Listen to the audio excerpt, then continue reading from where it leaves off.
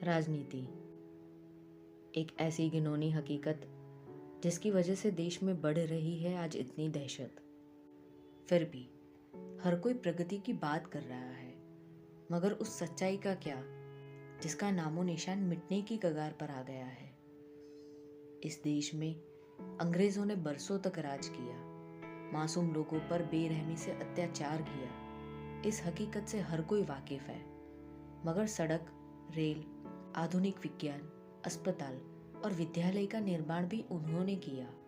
इस हकीकत को लोग क्यों नज़रअंदाज कर रहे हैं? अंग्रेज़ों ने जो अत्याचार किए वो बहुत क्रूर थे, मगर क्या आज़ादी मिलने पर उन अत्याचारों में कमी हुई?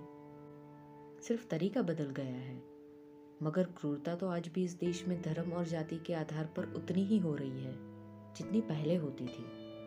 स्त्री का शारीरिक और मानसिक रूप से शोषण कल भी होता था और आज भी हो रहा है। डराना, धमकाना, कैद करना, बेचना, बलात्कार करके कत्ल कर देना कल भी होता था और आज भी हो रहा है। गरीबों के बुनियादी अधिकार छीनकर शिक्षा से वंचित रखना कल भी होता था और आज भी हो रहा है। तो सवाल ये है कि आज़ादी मिले 78 साल से ज़्यादा समय हो गया, फिर भी जो भेदभाव, हिंसा और नफरत कम होनी चाहिए थी वो आज इतना बढ़ क्यों रही है? टैक्स के नाम पर जो करोड़ों रुपये वसूले जाते हैं, उस धन का आखिर सही इस्तेमाल क्यों नहीं हो रहा है? इस देश के चुनिंदा बिरादरी और गांव के लोगों को जानबूझकर आधुनिक भारत से वंचित क्यों रखा जा रहा है? बहुत दुख की बात है ये कि इस प्रगतिशील युग में भी अब भी ऐसे विद्यालय हैं जहां सुरक्षित पहुंचने के लिए हर रोज जान को जोखिम में डालकर जंगल और नदी में से चलकर नन्हे बच्चों को सफ़र तय करना पड़ता है। इतने बुरे हालात हैं कि एक ही शिक्षक पर पूरे गांव के बच्चों के भविष्य की जिम्मेदारी डाली गई है। ना कोई छत, ना ही कोई दरवाजे, ना साफ पानी, ना शौचालय, ना कोई बेंच, ना कोई लेखन का सामान। इतना हद तक बेईमान है ये लोग कि मध्याह्न भोजन जैसी योजना तो बनाते हैं, मगर उसका पालन कितनी ईमानदारी से होता है, इस हकीकत को जानबूझकर छिपाया जाता है। सरकारी विद्यालयों की हालत खराब करके बेबुनियादी बहाने बनाकर बंद कर दिया जा रहा है ताकि गैर सरकारी विद्यालयों से लाखों रुपए कमाए जा सके। इस सरकार ने सिर्फ एक दशक में 90,000 से ज़्यादा सरकारी विद्यालय बंद कर दिए। गरीबों का हक छीनकर, बुनियादी सुविधा और लाभ से वंचित रखकर उनके पूरे समुदाय को अंधकार में धकेला जा रहा है।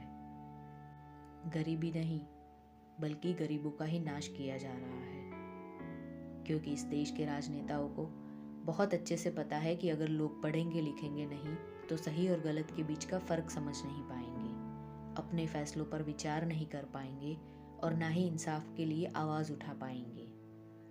लोग समझदार और शिक्षित बन गए तो गुंडागर्दी करने वालों की समस्या थोड़ी बढ़ जाएगी, क्योंकि उनसे डरना बंद कर दिया लोगों ने तो वो सत्ता के दम पर करोड़ों का घोटाला, कत्ल और गुनाह आसानी से नहीं कर पाएंगे। सत्ता में बैठे राजनेताओं के सुपुत्र देश में पिता के नाम पर बीच राह में स्त्री से छेड़खानी और पुलिस पर हाथ नहीं उठा पाएंगे। साधारण कर्मचारियों के काम में दखल करके रिश्तेदारों की सत्ता का गलत फायदा नहीं उठा पाएंगे। इसलिए बहुत ज़रूरी है लोगों का अनपढ़ रहकर अत्याचार सहना, वरना इन लोगों की जिंदगी में मनोरंजन कम हो जाएगा। कितनी शर्मजनक हकीकत है ये कि जिस सत्ता का उपयोग देश की जनता को समान अधिकार, शिक्षा, अस्पताल, बिजली, साफ पानी और यातायात के लिए पक्की सड़क जैसी बुनियादी ज़रूरतें पूरी करने के लिए होना चाहिए, आज उसी सत्ता का उपयोग निजी स्वार्थ के लिए किया जा रहा है। और ताज्जुब की बात तो ये है कि सरकारी नौकरी के लिए स्नातक पदवी की मांग की जाती है, मगर राजनीति में सत्ता हासिल करने के लिए शिक्षित होना ज़रूरी नहीं है। और यही इस देश की दुर्दशा की सबसे बड़ी वजह है। वर्तमान में संविधान में लिखे नियमों में बदलाव करके नए कानून लागू किए जा रहे हैं, जिससे फ़ायदा किसे हो रहा है ये तो पता नहीं, मगर चुनाव प्रक्रिया में लोगों को बेवकूफ़ बनाने का नया विषय ज़रूर मिल जाता है। पहले पैसों से बहुमत खरीदते थे और अब चुनाव पद्धति के परिणाम और यंत्र से ही खिलवाड़ कर दिया जाता है। सिर्फ कहने के लिए लोकशाही है, बाकी फैसला तो कुछ चुनिंदा लोगों के पक्ष में ही आता है। क्योंकि इस देश के राजनेताओं को बहुत अच्छे से पता है कि कैसे जाति और धर्म के नाम पर बंटवारा करके एकता तोड़ी जा सकती है। झूठे सपने, सुविधा, रोजगार का वादा करके कैसे असल मुद्दों से गुमराह किया जा सकता है। इतना हद तक स्वार्थी हो गए हैं ये लोग कि इंसानियत का मुखौटा पहनकर हर रोज दूसरे लोगों के साथ जानवर सा व्यवहार करते हैं। प्रशंसा हासिल करने के लिए खुद कचरा फैलाकर कचरा साफ करने का ढोंग करते हैं। और अब भी इस देश की जनता सत्य क्या है से ज्यादा बिकाऊ खबरों पर ज्यादा गौर कर रही है। और इसी बात की सजा आए दिन हादसों और तकनीकी खामी की वजह से मासूम लोगों को जान गंवाकर भुगतनी पड़ती है। सब कुछ सोची समझी साजिश है, फिर भी लोग अंधभक्त बनकर खामोश बैठे हैं। जब तक अनपढ़ और अपराधी देश चलाएंगे, शिक्षक से ज्यादा राजनेता पैसे कमाएंगे, तब तक इस देश में हालात नहीं बदलेंगे।